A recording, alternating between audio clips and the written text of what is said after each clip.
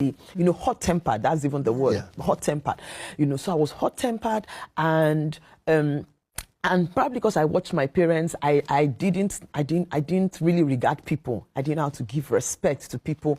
So these were things, and I was stubborn. I was very stubborn. Wow. I was stubborn and highly opinionated. Wow. That's the combinations. That's serious. That's explosive. I'm telling you, highly opinionated. So, and I loved to argue. Whoa. I could argue. Oh, you can't win me in an argument. And I used to argue off point.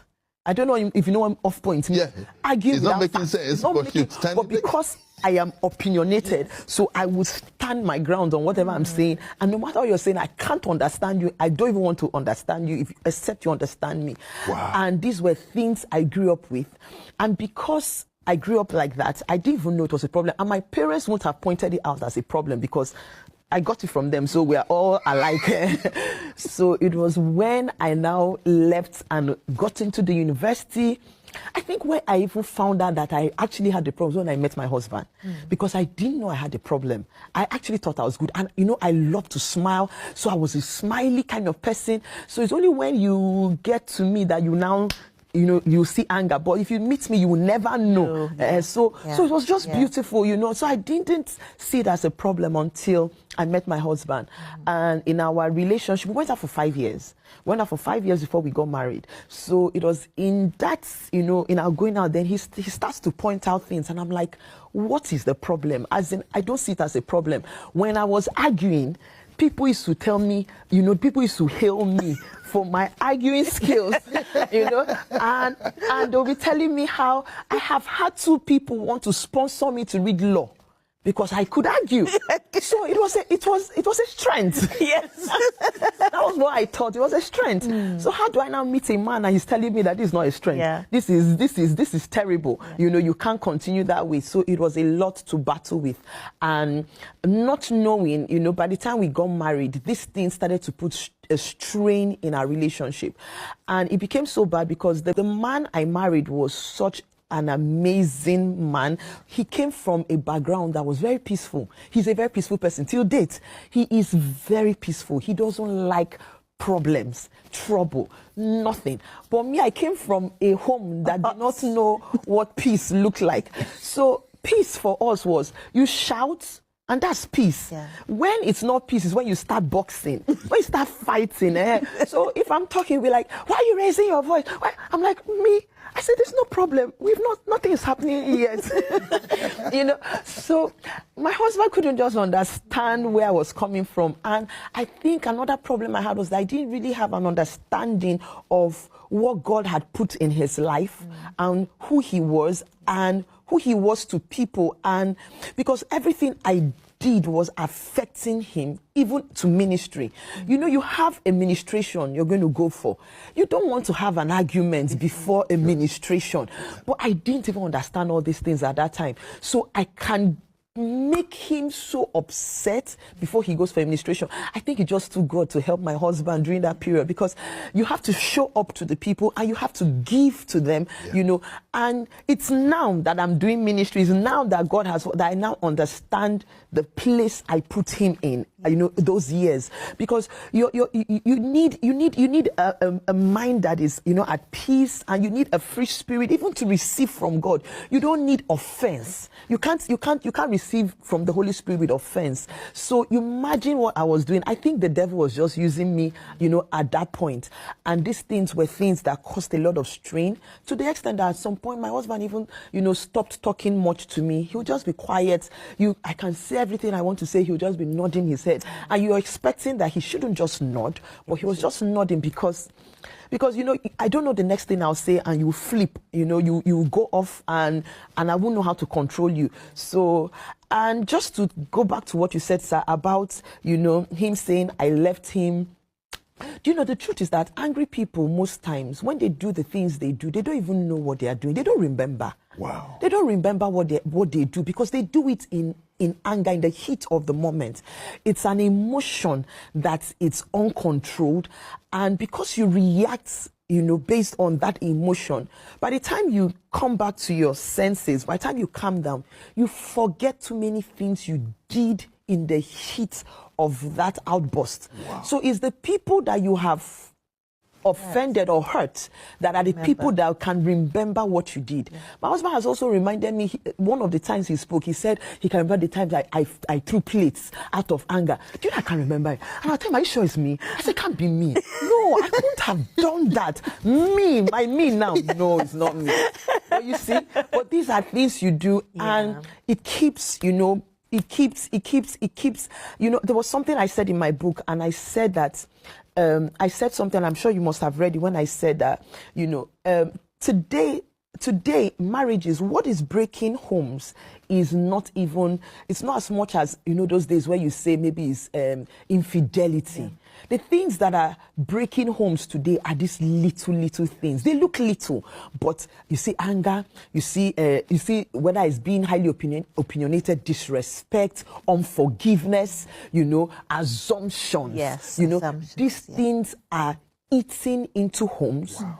And without you knowing, that's why you hear people say irreconcilable differences. Yes. What are those things that, And then sometimes you ask, you say, what happened? Yes. I don't even know what happened in our marriage, but we don't want to be married anymore. But they can't pinpoint exactly what it was, because it's those little things. Those little things. Wow. Those are those little foxes, Yes. They are the little foxes. And that's why this book is so timely, and it's so good we're talking about it today. Yeah. Praise the Lord. But thank God for your husband. He's so patient. Oh, God blessed me. Oh, God blessed he's me. very patient. He took a lot from me. Yes. There were days I'll bang the door at him. We'll be talking.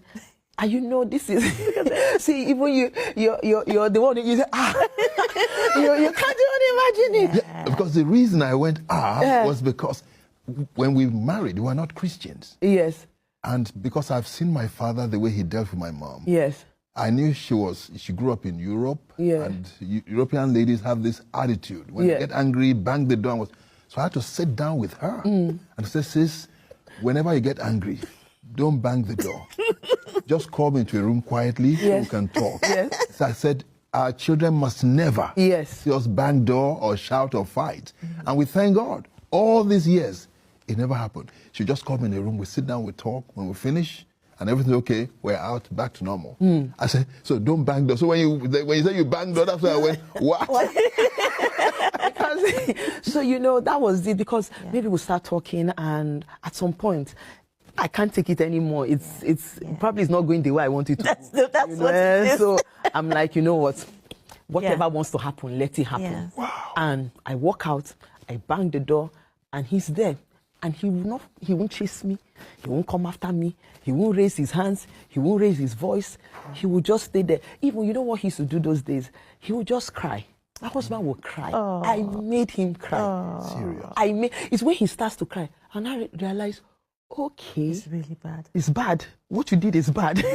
Because when I'm doing these things, I don't even know. Wow. That, this, I'm going too far.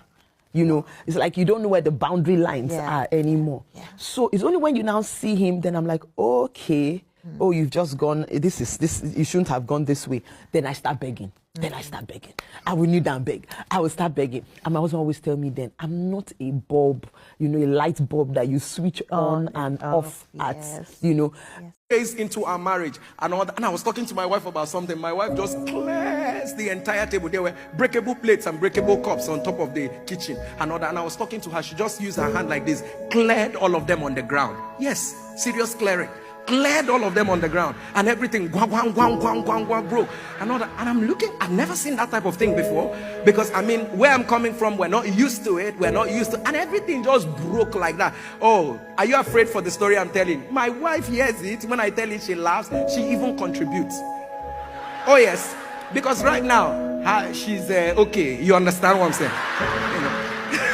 So she even contributes, and you know what?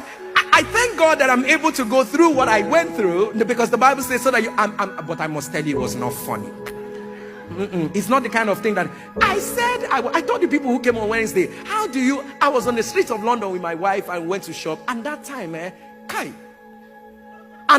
By the time we were there, I said something to my wife because I asked her, you should have told me you were going. And she said, that why am I saying that? Why am I doing this thing? And I thought it was a joke. My wife left me in the shop and went home. I don't live in London. I don't know my way around London. She left me inside the shop and went home. I have stayed there. I didn't know how to go. And I called a friend and I said, please, I am here. I don't know how to. I'm calling my wife and my wife is not picking the phone.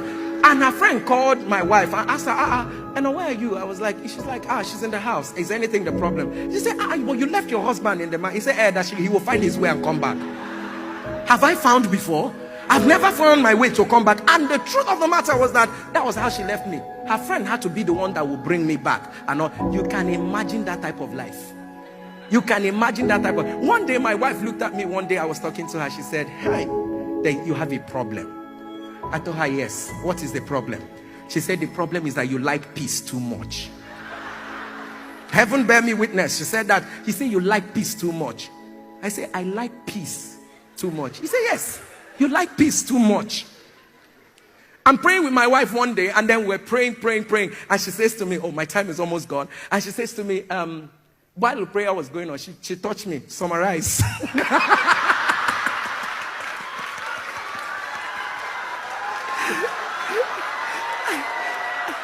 And she told me, say, summarize. And that day I looked at her, I said, even with God too. And the truth is that, but right now, I got married to one of the amazing prayer warriors you can ever think. What is that dynamic like, to have your wife, who you are obviously very close to, yes, but also just recognize this unction, yes, and respect it independently of your role as a husband? Yes. And so I think that my wife and I had our own, we will I call it our own illumination season, so to speak. So, I mean, if you read her book, I Almost Ruined My Marriage, so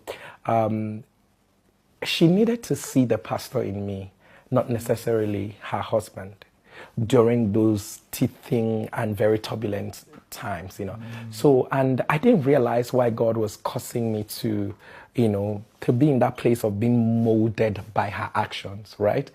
Being a true Christian, by her. So, I mean, things were not going too well, and I still was in that place where I was trying to be the great, spouse, be the very, So, when she came full circle, she realized that, what? Beyond even this supernatural, beyond this manifestation, this man is a true Christian. Do you understand? Like, this is what it is. Like you said, that it is not acting, which is one thing I pray to God every day.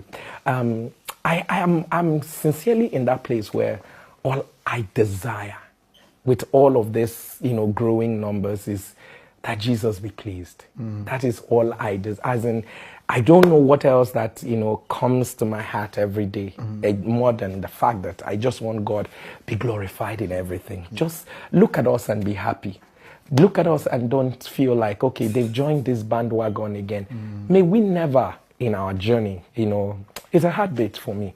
May we never, what comes with this whole thing?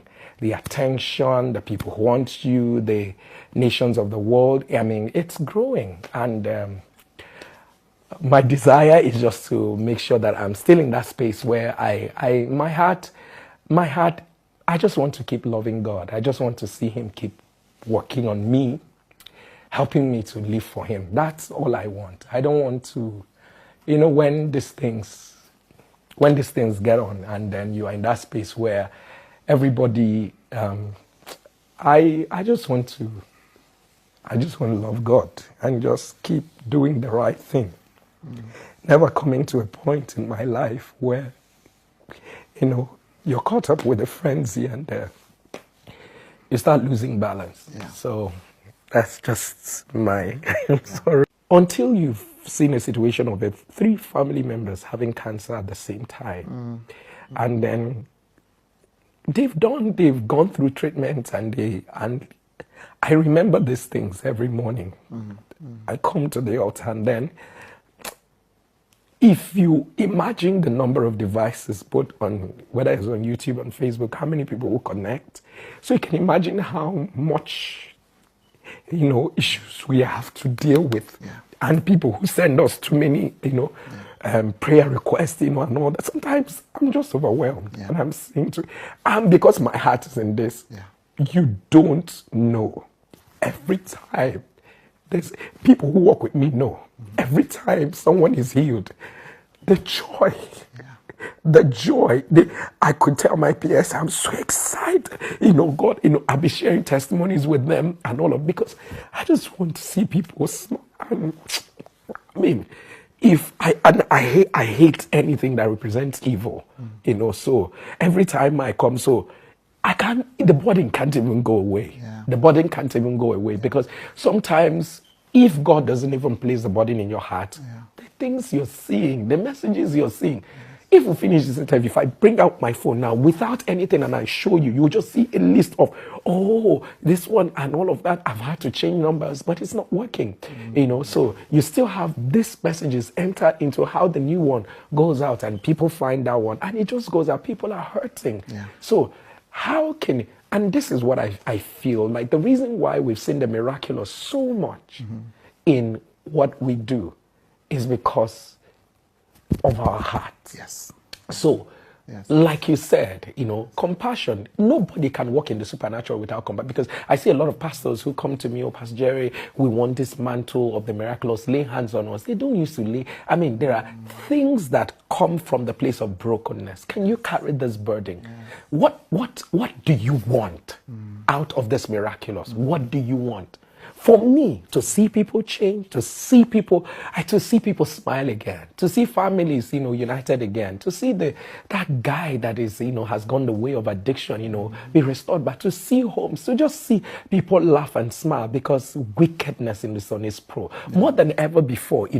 There's everywhere you look, you see an autistic child, parents that say autism, this one, you see this one here, they just sit back and go like, now wow, as in problem everywhere. Someone wakes up and it's fine. I mean, like 3 months after, the person is now saying something is wrong with me. They say my spine had, you just go for routine test. And you now go and they say your liver has a problem. By the time you know what's happening, 4 weeks after, everything. I mean, someone just told me, say, Pastor, there was someone who said she was driving. As of 2 weeks ago, she was driving.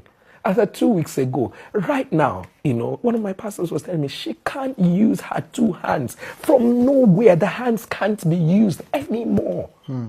So the question is, what is this?